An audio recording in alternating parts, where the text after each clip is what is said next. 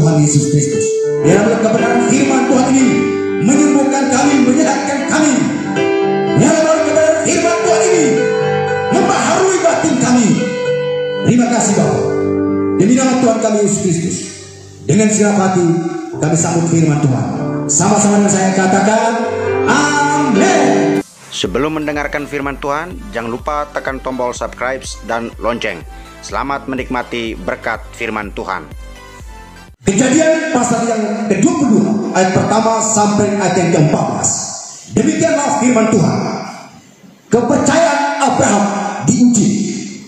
Setelah semuanya itu, Allah mencobai Abraham. Ia berfirman kepadanya, Abraham. Lalu sahutnya, ya Tuhan. Firman-Nya, apabila ambillah anakmu yang tunggal itu, yang engkau kasih, yakni Ishak. Pergilah ke tanah Moria dan persembahkanlah dia di sana sebagai korban bakaran pada salah satu gunung yang akan kukatakan kepadamu. Esokan harinya pagi-pagi bangunlah Abraham. Ia memasang pelana kendainya dan memanggil 2 orang bujangnya beserta Ishak, anaknya. Ia membelah juga kayu untuk korban bakaran itu. Lalu berangkatlah ia dan pergi ke tempat yang dikatakan Allah kepadanya. Ayat yang keempat, ketika pada hari ketiga Abraham melayangkan pandangnya, kelihatanlah kepadanya tempat itu dari jauh. Ayat 5, kata Abraham kepada kedua bujangnya itu, tinggallah kamu di sini dengan keledai ini. Aku beserta anak ini akan pergi ke sana. Kami akan sembahyang. Sesudah itu kami kembali kepadamu. Lalu Abraham mengambil kayu untuk korban bakaran itu dan memikulkannya ke atas bahu Ishak, anaknya. Sedang di tangannya dibawanya api dan pisau. Demikianlah keduanya berjalan bersama-sama. Lalu berkatalah Ishak kepada Abraham ayahnya, Bapak. Sahut Abraham, ya anakku. Bertanyalah ia, di sini sudah ada api dan kayu, tetapi di mana anak domba untuk korban bakaran itu? Sahut Abraham, Allah yang akan menyediakan anak domba untuk korban bakaran baginya, anakku. Demikianlah keduanya berjalan bersama-sama sampailah mereka ke tempat yang dikatakan Allah kepadanya. Lalu Abraham mendirikan mezbah di situ, disusunnya kayu, diikatnya Ishak anaknya itu, dan diletakkannya di mezbah itu di atas kayu api. Ayat 10. Sesudah itu Abraham mengulurkan tangannya lalu mengambil pisau untuk menyembelih anaknya. Tetapi berserulah malaikat Tuhan dari langit kepadanya, Abraham, Abraham. Sahutnya, ya Tuhan. Lalu ia berfirman, jangan bunuh anak itu dan jangan kau apa-apakan dia. Sebab telah aku ketahui sekarang bahwa engkau takut akan Allah dan engkau tidak segan-segan untuk menyerahkan anakmu yang tunggal itu kepadaku. Ayat 13. Lalu Abraham menoleh dan melihat seekor domba jantan di belakangnya yang tanduknya tersangkut dalam belukar. Abraham mengambil domba itu lalu mengorbankannya sebagai korban bakaran pengganti anaknya. Ayat terakhir ayat 14. Dan Abraham menamai tempat itu Tuhan menyediakan. Sebab itu sampai sekarang dikatakan orang di atas gunung Tuhan akan disediakan. Haleluya. Mereka dikatakan Tuhan menyediakan. Sebab itu sampai sekarang dikatakan orang di atas gunung Tuhan akan disediakan. Haleluya. Saudara, tema kita pada pagi adalah integritas iman Abraham teruji. Integritas iman Abraham. Ada saat di mana Tuhan akan menguji integritas iman orang percaya. Ada waktunya di mana Tuhan akan menguji integritas iman kekristenan kita. Integritas iman sebagai orang percaya. Karena Tuhan mau melihat sejauh mana kesungguhan iman mereka kepada Tuhan. Maka ada saat di mana Tuhan akan memberikan ujian integritas. Saudara dikasih oleh Tuhan. Kita melihat tepatnya di pada ayat yang ke 10, 11, dan 12. Sesudah itu Abraham mengulurkan tangannya lalu mengambil pisau untuk menyembelih anaknya. Tetapi berserulah malaikat Tuhan dari langit kepadanya, Abraham, Abraham. Sahutnya, ya Tuhan. Lalu ia berfirman, jangan bunuh anak itu, dan jangan kau apa-apakan dia, sebab telah ku ketahui sekarang bahwa engkau takut akan Allah, dan engkau tidak segan-segan untuk menyerahkan anakmu yang tunggal kepadaku. Setelah kita melihat kisah di mana Tuhan datang kepada Abraham, Tuhan meminta sesuatu yang sangat berharga di dalam diri Abraham, ialah anaknya Ishak, anak kandungnya, anak kesayangannya, anak tunggal, di mana anak yang dilahirkan di saat usia mereka sudah tua, di mana istrinya Sarah sudah mati hai, Abraham sudah lanjut usia, sudah tidak lagi punya kekuatan. Lalu Allah datang kepada Abraham dan memberikan satu pengharapan yang begitu dahsyat dan luar biasa. Allah memberikan harapan kepada Abraham bahwa Abraham, sesungguhnya istrimu Sarah akan mengandung dan engkau akan mempunyai keturunan, dan sesungguhnya dari keturunan itulah akan memenuhi seluruh bumi, dan semua kaum di muka bumi akan memperoleh berkat, yaitu dari keturunan itu sendiri. Keturunanmu akan banyak seperti bintang di langit dan seperti pasir di tepi laut. Ini adalah anak perjanjian, anak kesayangan. Lalu ketika Sarah mengandung lalu melahirkan, lalu anak mereka Ishak sudah mulai dibesarkan, dia sudah mulai usia kanak-kanak, ya anggaplah usia belasan tahun. Dia sudah mulai berjalan, bahkan kita melihat ketika waktu Tuhan datang kepada Abraham, berbicara kepada Abraham untuk mempersembahkan.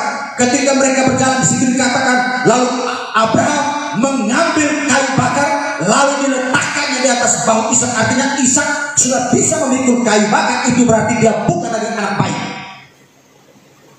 Dia sudah besar. Saudara, harapan Abraham seakan-akan hilang lenyap seketika itu juga. Karena dari anak inilah dijanjikan bahwa akan menjadi keturunan yang besar di muka bumi, yang akan memenuhi muka bumi.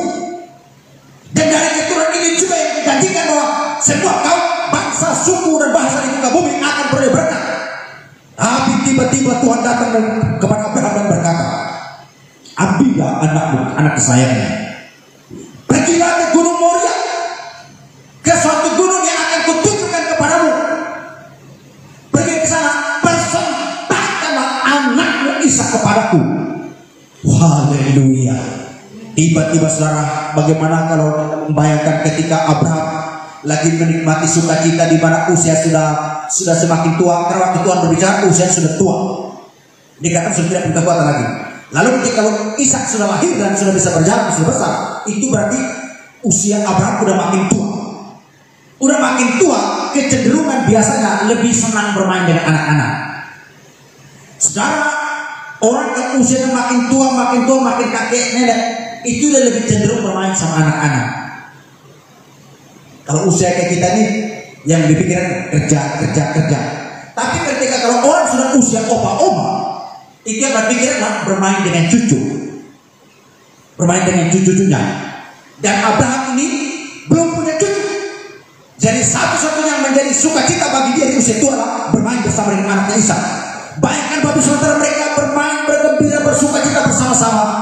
Lalu dari surga Allah memandang ke bumi.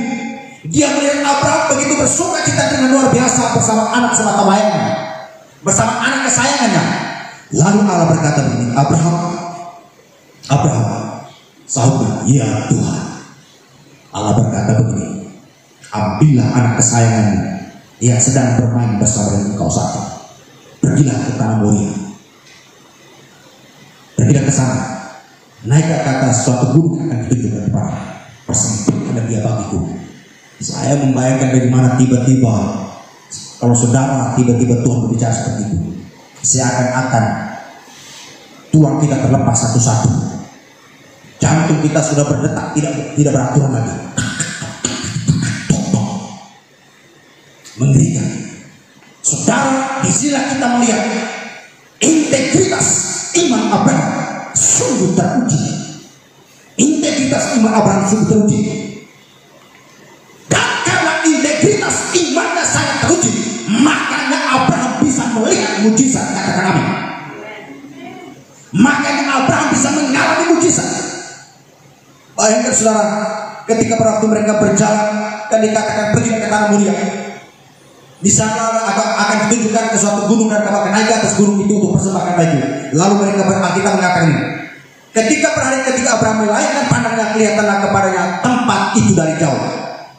Ayat yang kelima, kata Abraham kepada kedua bujangnya. Jadi mereka berjalan ke sana itu ada 4 orang. Abraham, anaknya Ishak anak kesayangan, dan kedua bujangnya. Ketika pada hari ketiga Abraham melayangkan pandangnya, kelihatanlah kepadanya tempat itu dari jauh. Kata Abraham kepada kedua bujangnya itu, tinggallah kamu di sini dengan keledai ini. Aku beserta anak ini akan pergi ke sana. Kami akan sembahyang. Sesudah itu kami akan kembali kepadamu. Dari sini aja kita melihat perkataan iman Abraham sudah mulai muncul. Kami pergi sembahyang dan kami kembali. Kami kembali. Bukan berkata kami akan pergi ke sana lalu saya kembali.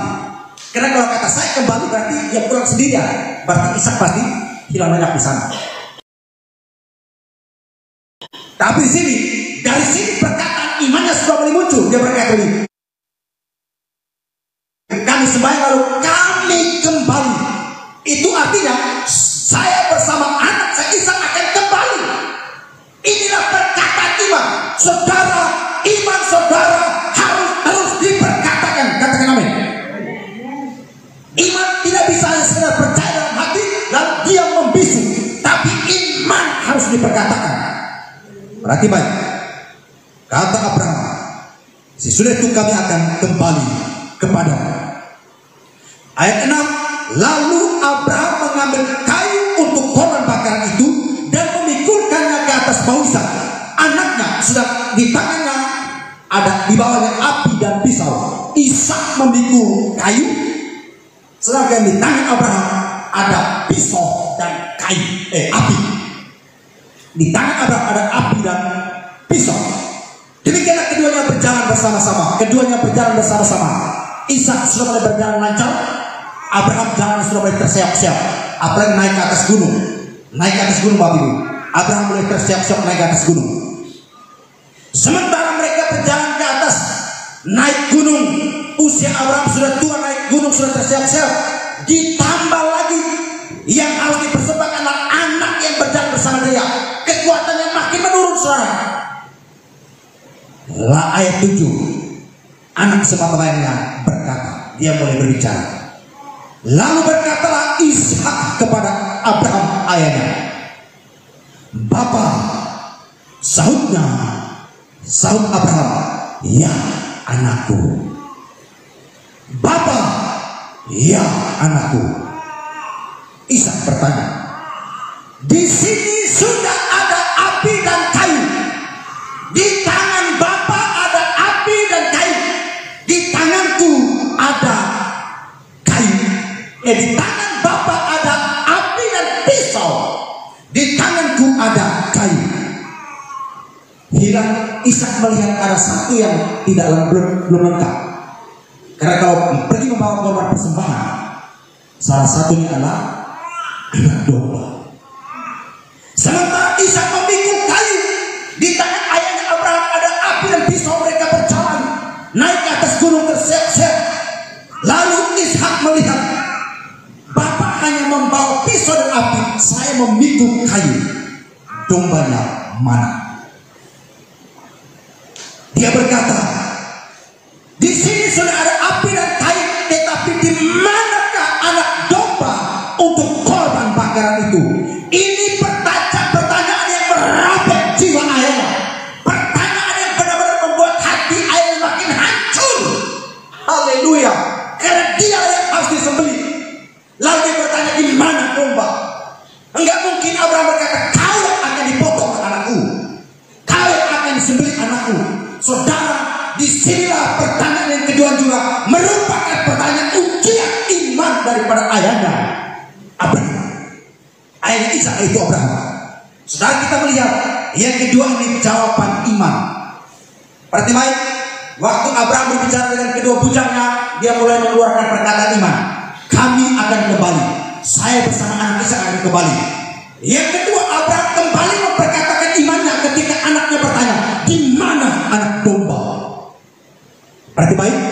Ayat 8. Sahut Abraham, Allah yang akan menyediakan anak domba untuk korban bakaran baginya anakku. Haleluya. Saudara, Abraham kembali memperkatakan imannya. Dia berkata, Allah yang akan menyediakan anak domba untuk korban bakaran bagi dia, anak Ishak. Haleluya. Saudara, ini perkataan yang luar biasa. Saudara, kalau orang hanya sekedar percaya lalu mendiam di dalam hatinya, lalu dia membisu dalam hidupnya, bagaimana iman itu akan bisa teruji, dan bagaimana iman itu bisa menghadirkan mujizat, bagaimana iman itu bisa akan mengalami mujizat, bagaimana iman itu bisa terjadi mujizat. Tapi iman itu bisa terjadi mujizat dan bisa akan mengalami mujizat kalau terus diperkatakan, terus diperkatakan. Amin. Daripada saudara perkatakan, aku takut, aku takut, aku tidak tahu, aku tidak mampu, aku tidak sanggup, aduh. Nah, itu perkataan juga akan mempengaruhi saudara. Haleluya. Haleluya. Iman diperkatakan. Wow. Lalu berkatalah Abraham, Allah yang akan menyediakan anak domba untuk korban bakaran baginya anakku. Demikianlah keduanya berjalan bersama-sama. Demikianlah keduanya berjalan bersama-sama. Saudara, di sini kita melihat integritas iman Abraham sungguh teruji. Haleluya. Integritas iman Abraham sungguh teruji. Kita melihat di ayat yang ke-12 yang dikasih oleh Tuhan. Ayat yang ke-12 dikatakan ini, lalu dia berfirman, jangan bunuh anak itu dan jangan kau apa-apakan dia, sebab telah ku ketahui sekarang bahwa engkau takut akan Allah dan engkau tidak segan-segan untuk menyerahkan anakmu yang tunggal kepadaku. Saudara, di ayat 12, di ayat yang ke-3, 4, 5 dan 7, 8, Abraham terus memperkatakan imannya. Dia berjalan sambil mendemonstrasikan imannya. Dia berjalan sambil mengungkapkan imannya, memperkatakan imannya. Dia berjalan sambil berbicara. Dia berkata kepada bujangnya, kami kembali, saya bersama Ishak kembali kepadamu. Dalam perjalanan, anaknya bertanya, dia terus memperkatakan imannya. Dia berkata, Allah yang Maha Kuasa, Dialah yang akan menyediakan anak domba. Makanya di pada ayat yang ke-12, malaikat datang dan berseru dari surga kepada Abraham. Dia berkata, Abraham, jangan kau apa-apakan anak itu, jangan kau bunuh anak itu, dan jangan kau apa-apakan dia, sebab telah ku ketahui bahwa engkau takut akan Allah. Setelah aku ketahui, telah aku mengenal hatimu, engkau sungguh-sungguh mengasihi Allah. Sekalipun engkau begitu sayang kepada anakmu, tapi engkau lebih mengasihi Allah daripada anakmu, sehingga engkau rela mempersembahkan anakmu kepadaku. Jangan kau apa-apakan dia. Biarkan anak ini selamat dan hidup. Biar anak ini akan menjadi berkat bagi segala bangsa. Abraham mendengar suara dari langit. Abraham mendengar suara dari surga. Lalu dia menoleh ke belakang. Dia melihat seekor anak domba tersangkut di semak. Haleluya. Dari mana domba itu datangnya? Dari surga. Haleluya. Dari mana domba itu datangnya? Malaikat menempatkan domba di belakang Abraham. Lalu dari surga berkata, jangan kau apa-apakan dia. Haleluya. Perkataan Abraham di ayat yang ke-8, Allah yang menyediakan anak domba untuk korban bakaran baginya anakku. Perkataan itu benar-benar terjadi. Ada seekor anak domba disediakan Allah di atas gunung, di tempat di mereka mempersembahkan korban. Alkitab mengatakan ketika mereka sampai ke atas gunung, lalu Abraham membuat mezbah. Setelah dibuatkan mezbah, lalu disusunnya kayu bakar di atas mezbah itu. Lalu ditaruhnya Ishak di atas mezbah itu. Diikatnya kaki dan tangannya. Diambilnya pisau nak menyembelih. Pertanyaan saya, saudara, apakah ketika berwaktu dia mengikat anaknya, apakah Ishak tidak memberontak? Kita tidak tahu. Akhirnya Alkitab tidak mencatat. Tapi dikatakan dia mengikat anaknya, kedua kaki dan tangannya diikat supaya dia dapat kabur. Diikat kaki dan tangannya, ditaruh atas mesbah, diangkatnya pisau hendak menyembelih. Haleluya. Tuhan melihat Abraham sangat serius. Ini sangat serius. Diambilnya pisau hendak menyembelih. Tuhan melihat betapa keseriusan Abraham untuk mempersembahkan anaknya. Tiba-tiba dari saudara-saudara berkata, "Wahai Abraham, hai Abraham, jangan bunuh anak itu dan jangan apa-apakan dia. Sebab aku telah ketahui, aku telah tahu sekarang bahwa engkau benar-benar takut akan Allah dan engkau tidak segan-segan untuk menyerahkan anakmu yang tunggal kepadaku." Haleluya. Saudara, iman Abraham sangat teruji dan berakhirnya menghadirkan mukjizat di tengah semak belukar. Amin. Iman yang dasar, kemanapun dia berada, pasti akan terjadi mukjizat. Pasti akan terjadi mukjizat, Bapak Ibu. Terus perkataan imanmu, terus ucapkan imanmu, terus demonstrasikan imanmu. Haleluya. Haleluya. Kita melihat. Haleluya. Ujian terhadap iman Abraham merupakan salah satu peristiwa besar yang tercatat dalam Alkitab. Peristiwa yang merupakan klimaks dalam kehidupan Abraham, dapat menjadi pelajaran yang sangat berharga bagi orang Kristen masa kini. Klimaks dalam hidup Abraham dapat menjadi pelajaran yang sangat berharga bagi orang Kristen masa kini. Dapat menjadi pelajaran yang sangat berharga bagi Bapak Ibu Saudara saya. Dapat menjadi pelajaran yang sangat berharga bagi kekristenan dalam tantangan zaman. Allah menguji iman Abraham setelah semuanya itu terjadi. Artinya, setelah sekian lama Abraham berjalan bersama Allah, melihat dan mengalami sendiri perbuatan-perbuatan ajaib dan merasakan kasih sayang, kasih setia Allah dalam hidupnya. Sejak dimana Allah berfirman kepada dia, keluar dari kampung, keluar dari sanak saudaranya, pergi ke suatu negeri yang jauh, yang tidak tahu di mana tempat Tuhan belum berbicara, tapi Tuhan berkata akan kutunjukkan kepadamu. Allah terus menuntun hidupnya. Dalam proses perjalanan Abraham terus berbagai macam menghadapi ujian dan cobaan. Dan dalam proses perjalanan istrinya Sarah tidak pernah punya anak. Di saat usia mereka sudah tua, Allah mau menghibur Abraham. Allah mau menghibur Abraham dengan seorang anak perjanjian, yaitu Ishak. Ketika anak sudah mulai besar, sudah mulai bermain-main sama Abraham, yang menjadi sukacita kesayangan Abraham, menjadi sukacita Abraham di hari tua ialah bermain bersama anaknya. Tapi tiba-tiba sesuatu yang berharga Tuhan katakan, kasihlah kepadaku. Haleluya. Saudara, iman kita ada saat di mana Tuhan akan menguji kita. Ada saat di mana Tuhan akan meminta sesuatu yang berharga dari hidup kita. Apa kita akan kecewa sama Tuhan lalu menolak Tuhan? Dalam hal ini firman Tuhan mencatat Abraham sama sekali tidak kecewa dengan Tuhan, tidak menolak Tuhan, tapi Abraham sangat serius sama Tuhan. Dia sungguh sangat serius dengan Tuhan. Makanya imannya menghadirkan mukjizat di tengah kemustahilan. Haleluya. Haleluya. Maka tiba saatnya Abraham masuk dalam masa ujian integritas iman. Tiba saatnya Abraham masuk dalam ujian integritas iman. Tujuannya adalah agar Abraham menyadari sejauh mana iman dan percayanya kepada Allah, dan sampai di mana kualitas imannya kepada Allah yang telah memanggil dia. Sekarang tujuan ujian iman bukan untuk menjatuhkan, bukan untuk melemahkan, bukan untuk mematahkan semangat, tapi tujuan dari ujian iman adalah Allah ingin melihat sejauh mana iman dan percaya kita kepada Tuhan, dan sampai di mana kualitas iman kita itu. Iman itu harus berkualitas, Bapak Ibu. Amin.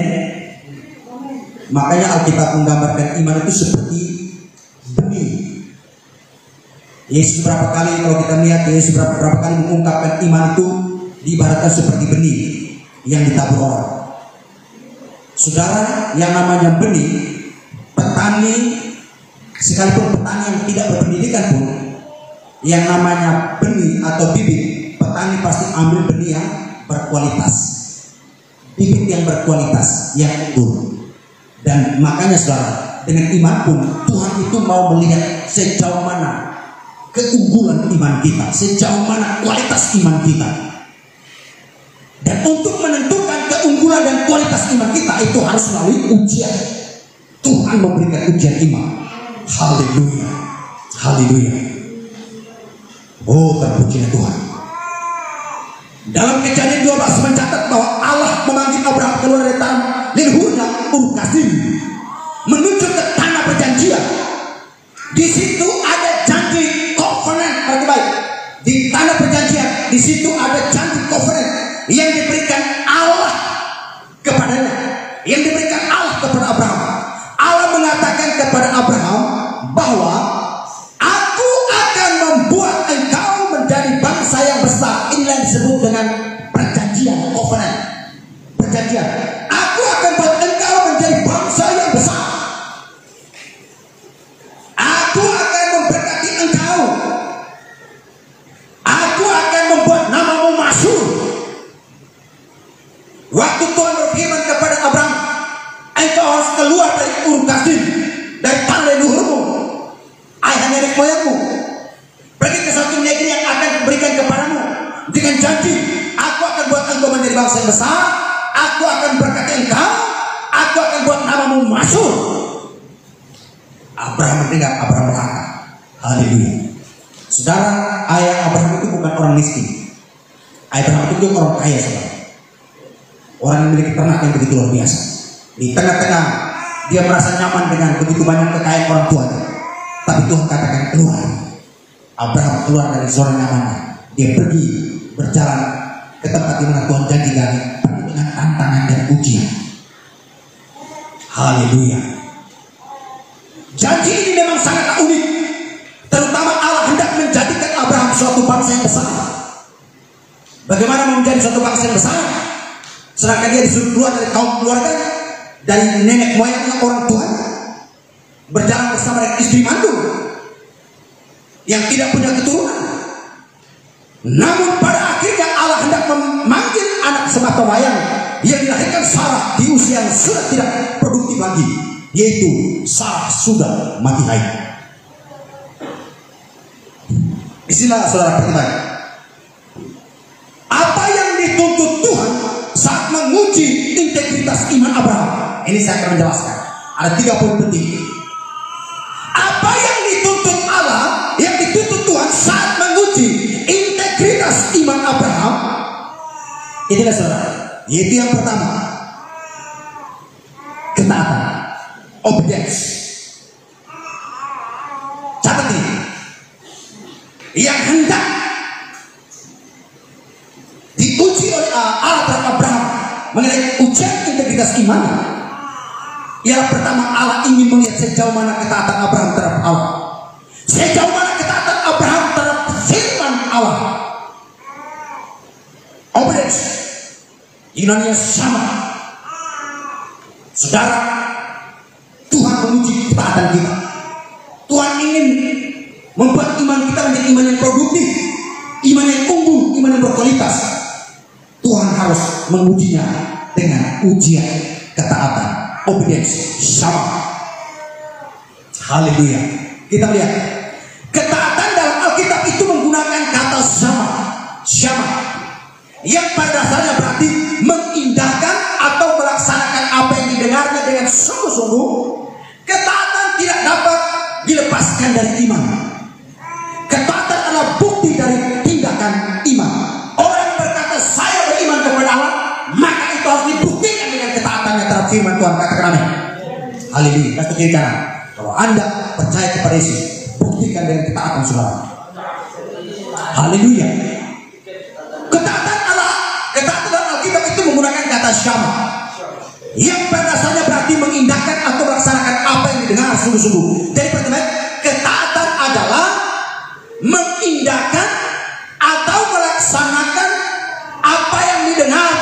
firman Tuhan, apa yang dikatakan oleh Tuhan dalam Alkitab, dilakukannya dengan sungguh-sungguh. Ketaatan tidak pernah terlepas dari iman. Ketaatan adalah bukti tindakan iman. Bukti tindakan iman. Makanya waktu Abraham dibawa anak Ishak ke atas gunung Moria, diikat anaknya, dibuat mesbah, ditaruh kayu bakar, diikat anaknya dengan serius, tanpa ada kebimbangan dan keraguan, mengambil pisau, hendak menyembelih.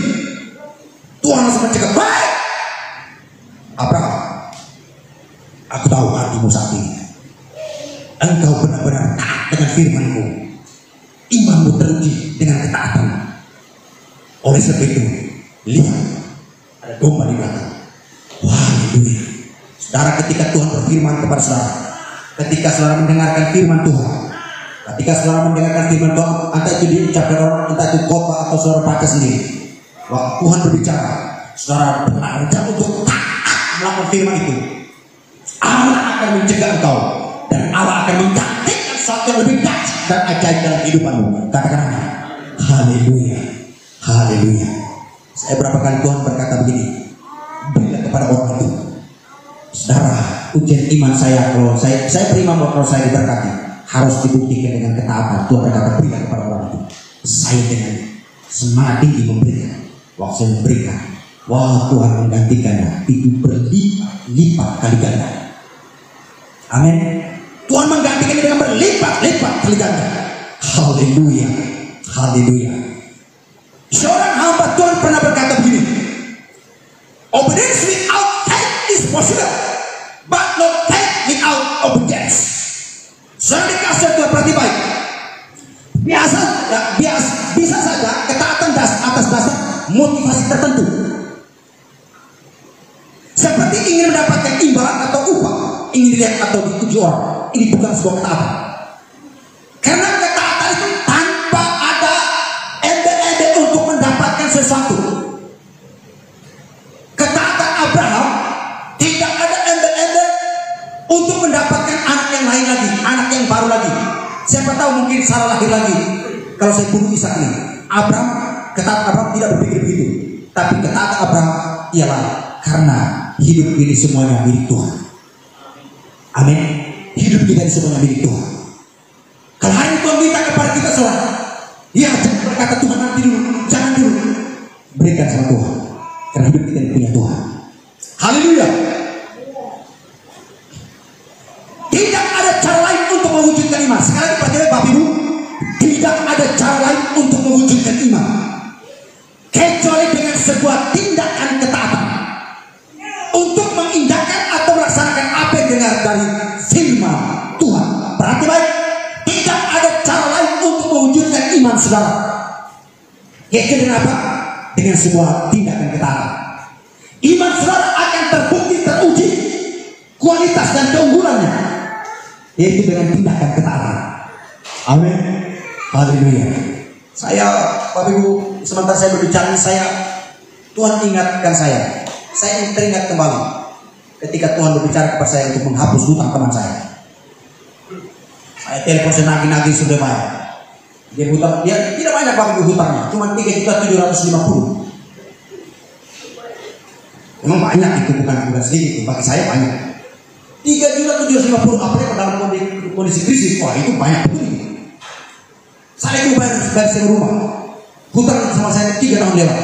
Saya telepon nggak diangkat, saya WA, SMS nggak dibalas, telepon masuk nggak diangkat, di SMS cuma dibaca doang, nggak dibalasnya. Di tengah-tengah situasi saya mulai marah. Firman Tuhan datang kepada saya, hapus hutang teman. Waduh, ini baru kan suruh hapus hutang teman. Tapi waktu itu saya tidak ada berpikiran kalau saya hapus, saya pasti diberkati. Waktu itu yang ada pikiran saya begini, ada firman berkati, barang siapa tidak mengampuni dosa temannya, dosa juga tidak akan diampuni. Ada satu firman Tuhan yang Yesus berikan perumpamaan. Seorang penagih hutang hendak memukul orang itu, lalu orang itu pergi mengadu dan akhirnya hutangnya dilunaskan. Setelah hutang dilunaskan, lalu dia keluar, dia berjumpa lagi dengan orang yang berhutang sama dia pukul orang itu di tengah jalan. akan disampaikan kepada raja berkata ini, panggilan dan rajam dia dengan batu, bunuh dia. Hutangnya saya hapuskan, hutang orang kepada dia, mana dia bunuh orang itu. Ini tidak tahu bersyukur ini.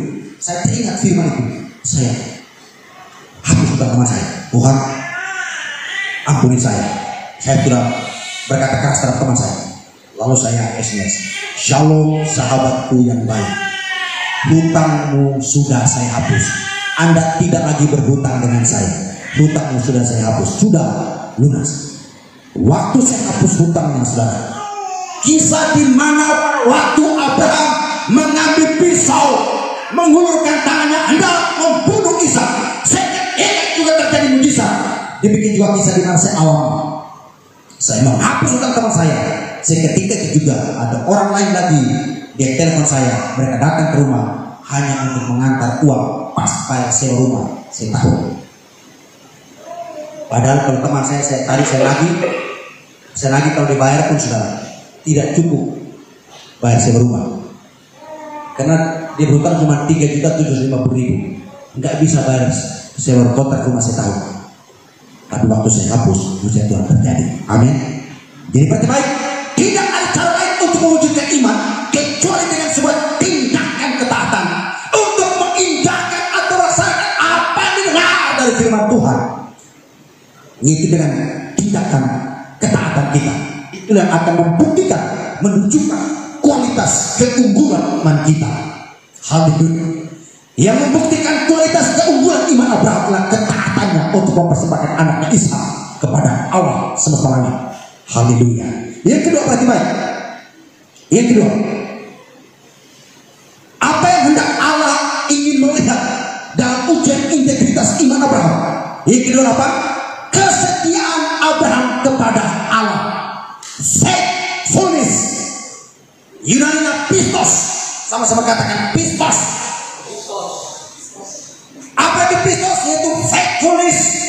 Kesetiaan. Kesetiaan tanpa henti, tanpa batas. Haleluya. Kesetiaan dalam perjanjian lama itu menggunakan kata emunah. Baik. Dalam perjanjian lama, kesetiaan itu menggunakan kata emunah, yang artinya kokoh, tidak tergoyahkan, tidak berubah-ubah.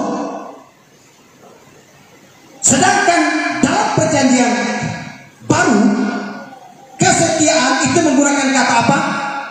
Pistos. Apa itu pistos? Artinya dapat dipercaya, taat, orang yang benar-benar percaya. Jadi pistos itu artinya dapat dipercaya, orang yang benar-benar dapat dipercaya. Integritas. Abraham orang yang benar-benar dapat dipercaya oleh Allah dalam hal ketaatan dan kesetiaan kepada Tuhan. Amin. Makanya kepada Abraham dipercayakan kekayaan yang begitu luar biasa. Makanya sampai Abraham dipercayakan oleh Allah Bapa untuk menjadi apa? Menjadi bapa bagi segala bangsa. Haleluya. Beri tepuk tangan buat Tuhan kita. Abraham mendapatkan kepercayaan untuk menjadi bapa bagi segala bangsa, bagi segala kaum, bangsa dan bahasa di muka bumi. Mengapa Abraham mendapatkan kepercayaan begitu luar biasa? Karena Abraham benar-benar orangnya sangat pistos, sangat teruji, dapat dipercaya ketaatannya kepada Tuhan, kesetiaannya kepada Tuhan. Kesetiaannya kepada Tuhan bukan karena ada udang di balik batu. Abraham setia kepada Tuhan bukan karena berkat. Abraham setia kepada Tuhan bukan karena untuk mendapatkan keturunan. Abraham setia kepada Tuhan karena memang tidak ada Allah lain selain Allah yang bisa menyelamatkan Abraham. Haleluya. Saudara setia kepada Tuhan hari ini karena supaya saudara diberkati. Tidak ada gunanya kesetiaan itu. Orang setia beribadah kepada Tuhan karena ingin supaya disembuhkan dari penyakitnya, kesetiaan itu tidak ada gunanya. Ada orang setia sama Tuhan, ingin supaya hidupnya diberkati dengan melimpah-limpah, tidak ada gunanya kesetiaan itu. Tapi kalau saudara setia sama Tuhan, setia beribadah karena saudara merasa bahwa hidup ini tidak bisa tanpa Tuhan, itulah kesetiaan yang benar-benar berkualitas dan benar-benar menjadi titik unggul di hadapan Tuhan. Haleluya. Kasih kiri kanan. Setialah sama Tuhan. Jangan ada udang di balik batu. Haleluya. Haleluya. Setialah sama Tuhan. Jangan ada embel-embel yang lain. Abraham setia sama Tuhan bukan karena perjanjian berkat. Abraham setia sama Tuhan bukan karena janji keturunan, tapi Abraham setia memang semata-mata karena hanya Tuhanlah yang bisa menyelamatkan hidup kita. Haleluya. Inilah yang disebut dengan pistos. Maka pada akhirnya Bapak Ibu, ketika kita setia sama Tuhan bukan karena ada embel-embel lain, tapi kita setia sama Tuhan karena Tuhanlah satu-satunya kehidupan kita, maka berkat-berkat lain itu menjadi bagian kita. Itu menjadi bonus. Ingat Bapak Ibu, berkat itu adalah bonus karena kesetiaan. Saudara setia beribadah sama Tuhan, setia ikuti Tuhan, saudara akan mendapatkan bonus. Bonus apa? Saudara pasti diberkati. Saudara setia melayani Tuhan, saudara pasti akan diberkati. Saudara pasti akan dapat bonus. Bonusnya diberkati. Tapi kalau saudara setia karena ingin berkat, tidak ada gunanya. Tapi kalau kita setia sama Tuhan, jelas kita pasti akan mendapatkan bonus lain, yaitu berkatnya. Amin. Haleluya. Haleluya. Puji Tuhan. Kasih kiri kanan. Jangan kejar bonus, tapi kejarlah hal yang terutama. Ingat Bapak Ibu, orang yang kejar bonus selama ini banyak gagal karena kejar bonus. Banyak gagal. Tapi kalau orang melakukan sesuatu bukan karena bonus, justru banyak yang mendapatkan keuntungan dari keuntungan. Haleluya. Haleluya. Wah, terpuji Tuhan. Saya pernah ngobrol dengan salah satu kurir, bukan kurir tapi karyawan, karena saya pergi ke kantornya. Saya ngobrol dengan salah satu karyawan JNT, bagian pengiriman, ekspedisi. Saya bilang begini, kenapa ya? Kadang ada barang yang saya merasa saya sendiri tidak pernah pesan, kok datang ke rumah saya? Tiba-tiba dia ngobrol sama saya, bilang, Pak, pengalaman itu pekerjaan saya. Dibilang saya itu dulu kerja di Bandung di bagian ekspedisi begini. Jadi kami lihat orang yang suka COD, setiap produk baru kami kirim ke alamatnya dia. Saya bilang, loh, kan orang yang ada pesan, bagi akan kirim aja, Pak. Kenapa? Kejar bonus bulan ini. Saya bilang, terus bagaimana kalau orang yang nggak ambil kan pasti retor, bilang. Kalau retor itu kan perhitungan bulan depan. Itu kan nanti dikirim balik kan, itu kan dihitung bulan berikut. Yang penting bulan ini banyak barang yang diorder keluar, bonus kami naik. Lalu berkata ini, tapi pada akhirnya Pak, kami dipecat. Kenapa? Kejar bonus akhirnya dipecat. Orang nggak order, mereka kirim. Sudah lihat, oh rupanya bulan ini mereka banyak order, naikkan bonusnya Bapak Ibu. Jadi ingat, orang kejar bonus pasti mengalami kegagalan. Jadi jangan kejar berkat, jangan kejar mujizat, tapi kejar Tuhan, maka berkat akan mengikuti saudara. Kejar Tuhan, setia sama Tuhan, berkat, mujizat, kesehatan, kesembuhan itu akan mengikuti saudara. Kesuksesan akan mengikuti saudara. Amin. Haleluya. Jangan kejar bonusnya, kejar Tuhan terlebih dahulu. Haleluya. Kasih kiri kanan, kejar Tuhan sungguh-sungguh. Kosongkan pikiranmu tentang bonus. Haleluya. Kita lihat yang dikasih oleh Tuhan. Iman menuntut apa? Iman menuntut kesetiaan. Faith demanding faithfulness. Iman menuntut kesetiaan. Kata dasar setia dengan iman kean, maka kesetiaan adalah dapat dipercayai. Orang yang melakukan apa yang diberitakan Tuhan. Jadi orang yang melakukan segala apa yang diberitakan oleh Tuhan dengan sungguh-sungguh, ia adalah orang yang dapat dipercayai. Katakan amin. Haleluya. Kenapa Bapak Ibu? Karena setia adalah dapat dipercayai, tidak lupa janji, benar-benar melakukan apa yang dikatakan tanpa menyerah. Haleluya. Perhatikan, setia adalah dapat kita percayai. Orang yang dapat dipercayai. Saudara setia sama Tuhan, setia beribadah sama Tuhan tanpa ada embel-embel lain. Saudara setia melayani Tuhan, setia saja melayani Tuhan tanpa embel-embel lain. Saudara akan diberkati karena dapat dipercaya. Tidak lupa janji.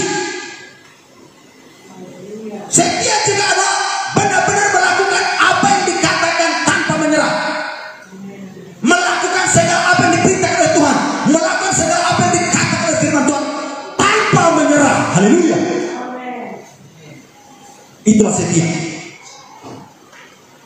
Kesetiaan memelihara, menjaga, memperhatikan, menyimpan, memegang, dan melakukan apa yang diperintahkan dengan segenap hati. Perhati baik. Kesetiaan apa? Baca sama-sama.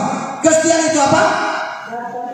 Memelihara, menjaga, memperhatikan, menyimpan, memegang, dan melakukan apa yang diperintahkan dengan segenap hati. Kesetiaan juga adalah apa? Dapat dipercayai, handal, beriman, pasti tidak akan gagal, memegang teguh sebuah janji. Saudara, orang setia so pasti dapat dipercaya. Mau supaya dapat dipercaya oleh Tuhan untuk dipercayakan untuk apa? Untuk mengelola berkat, jadi orang yang setia. Yesus memberikan perumpamaan tentang kesetiaan. Makanya firman Tuhan mengatakan, jika engkau setia dengan perkara kecil, maka akan dapat setia. Berarti kali ini setia dengan hal kecil, maka apa? Dipercaya. Dipercayakan apa? Hal yang gede. Setia perkara kecil akan dipercayakan dengan hal yang lebih besar lagi. Kenapa? Setia. Kembali lagi setia. Mengapa dia dari hal kecil tiba-tiba diberikan hal yang besar lagi? Iya, karena setia. Mengapa orang yang tadi hidupnya pas-pasan tiba-tiba mendapatkan berkat melimpah? Karena setia.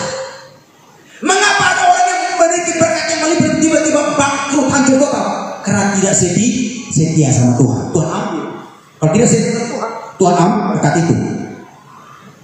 Tuhan ambil berkat orang lain. Haleluya.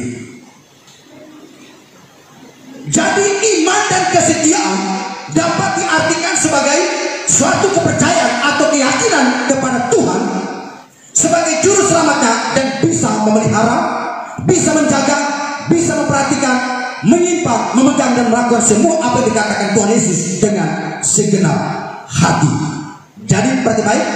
Jadi kesetiaan adalah orang yang mendedikasikan dirinya kepada Sang Pencipta. Sekali kita baca 1:3. Jadi kesetiaan adalah orang yang mendedikasikan hidupnya kepada Sang Pencipta.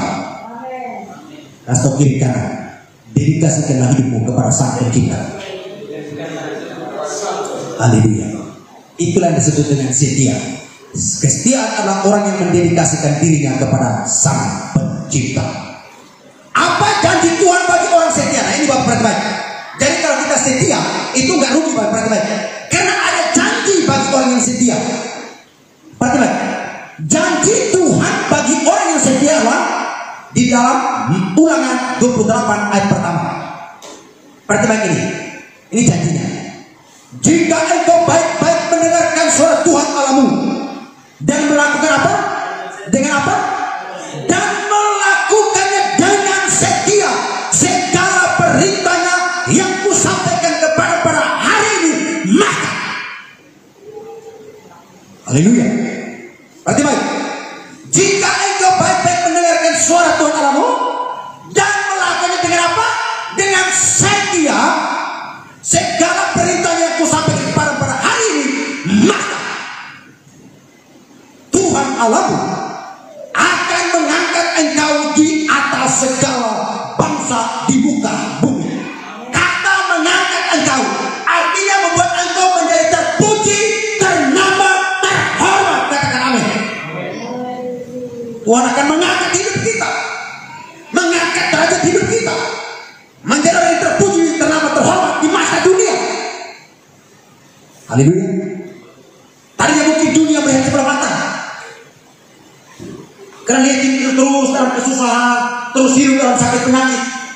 Tapi saudara setia, maka Tuhan akan mengangkat hidupmu. Dunia mulai akan melotot.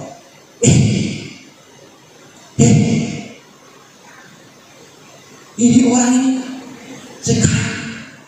Kenapa? Karena Tuhan mengangkat hidupmu. Haleluya. Saudara melihat kisah di dalam Alkitab. Ada orang yang sakit, duduk di pinggir jalan, orang yang lewat kesana kemari dicuekin. Tiba-tiba Tuhan sembuhkan dia. Dia berjalan ke depan, orang yang gila itu. Tadinya mungkin orang lihat, orang gila. Jangan lihat, orang gila. Dia tidak jalan baik. Ini kan yang pernah kulihat di dalam ini. Karena Tuhan melakukan sesuatu dalam hidupnya. Amin. Haleluya.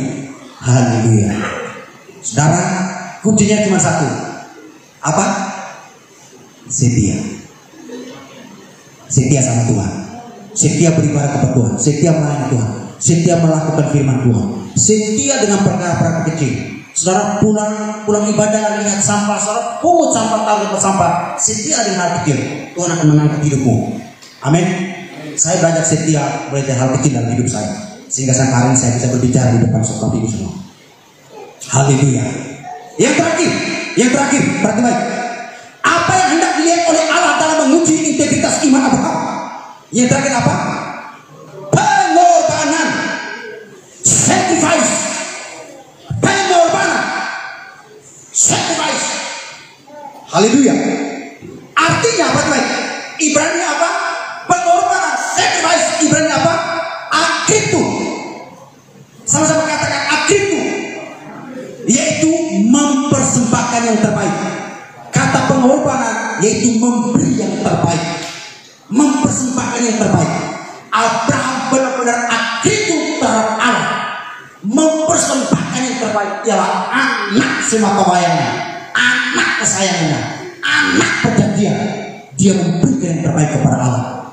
Haleluya. Dengan tulus hati dia memberikan. Saudara, ada orang memberikan tapi tidak dengan tulus.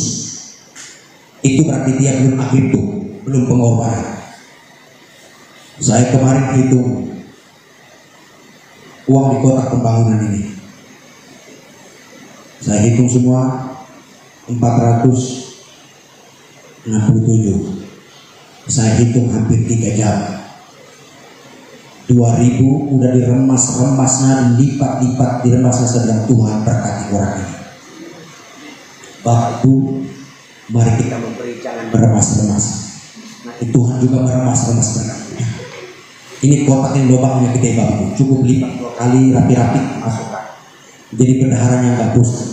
Di kantong kolekte karena bendahara dia rapi-rapi lagi diremas saudara. Nanti Tuhan pun akan meremas berkat saudara. Benar Bapak Ibu. Apalagi kalau uangnya sudah kumal-kumal, cukup lipat 2, masukkan ke dalam kantong, masuk ke dalam kotak. Berilah dengan akritu pengorbanan yang terbaik. Akritu mempersembahkan yang terbaik. Pengorbanan yang terbaik, memberikan yang terbaik. Abraham tidak meremas-remas Tuhan Ishak, tapi memberikan yang terbaik. Amin. Haleluya. Haleluya. Perhatikan. Akritu, yaitu apa? Akritu adalah mempersembahkan yang terbaik. Tindakan pengorbanan, memberi persembahan dari harta yang dimiliki dengan tujuan untuk membawa orang tersebut dekat kepada Allah. Jadi perhatikan. Jadi akritu adalah mempersembahkan korban yang terbaik, tindakan pengorbanan, memberi dari harta yang kita miliki dengan tujuan apa? Dengan tujuan untuk apa? Membawa kita mendekat kepada Allah. Sekali Bapak Ibu memberikan yang terbaik, mempersembahkan korban yang terbaik, itu akan membawa saudara untuk makin dekat dengan Allah. Membuat Abraham itu makin dekat dengan Allah dan Allah makin dekat kepada Abraham. Orang yang aktif itu dia akan makin dekat dengan Allah dan Allah makin dekat dengan dia. Haleluya.